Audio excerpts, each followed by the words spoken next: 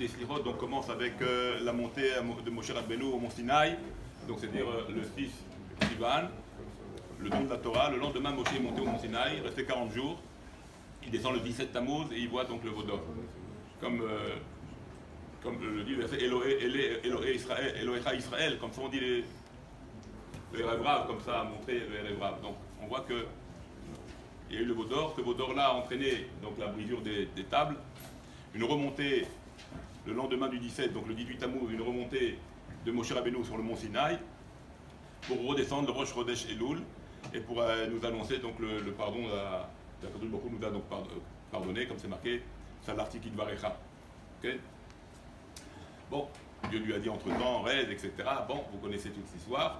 Une fois qu'il est redescendu à Rosh Chodesh Elul, il est remonté pour se reprendre et donc revenir avec les secondes tables de la loi qu'il a donc lui confectionnées et remonté dans le mont Sinaï encore pendant 40 jours et il est descendu avec les secondes tables de la loi le jour de Yom Kippour.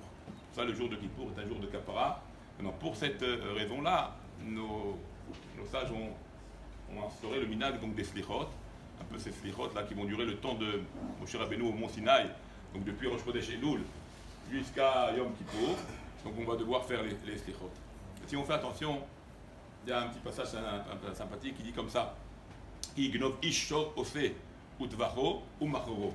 Si un homme vole un taureau ou un fée ou un agneau et il l'a vendu ou il a fait la shrita, okay, alors il devra payer Hamisha Bakar Ishalem, okay, 5 fois le prix du taureau, Tachat Ashor, ve Arba Son Tachat Aseh. Alors maintenant, qu'est-ce qui se passe? Qu'est-ce qu'ils ont fait les Bnei Israël? Dans la Avodat Zara, ils ont volé quelque part, ils ont voulu prendre une tête. Mais une tête d'où?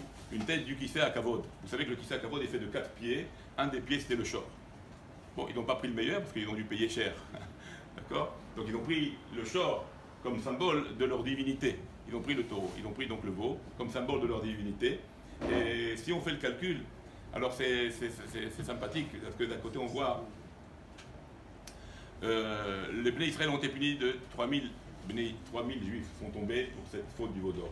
Alors si on fait le calcul, le passouk nous dit comme ça, il y a un passouk qui dit Veine tashlum lesor ou hamisha. Donc on sait qu'il est de 5 fois, de 5 fois. Alors si on fait le calcul d'après le passouk, il y a un passouk qui dit Adam Echad mais Elef Matsati, j'ai trouvé un homme parmi 10, parmi Elef, pardon, 1000.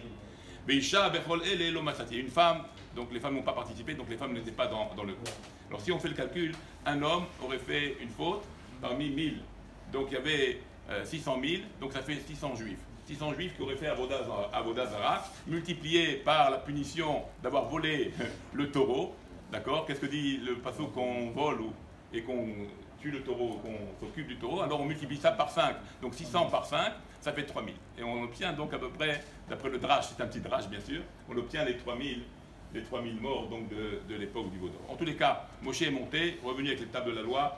Il nous apporte la kapara, il nous apporte Baruch Hashem le retour vers Kadosh Baruch Hu. Nous on fait les slichot pour cela. Et Bezrat Hashem, donc on va commencer tout le mois. On parlera demain encore dans le détail de la faute qui concerne les slichot Bezrat Hashem. Okay?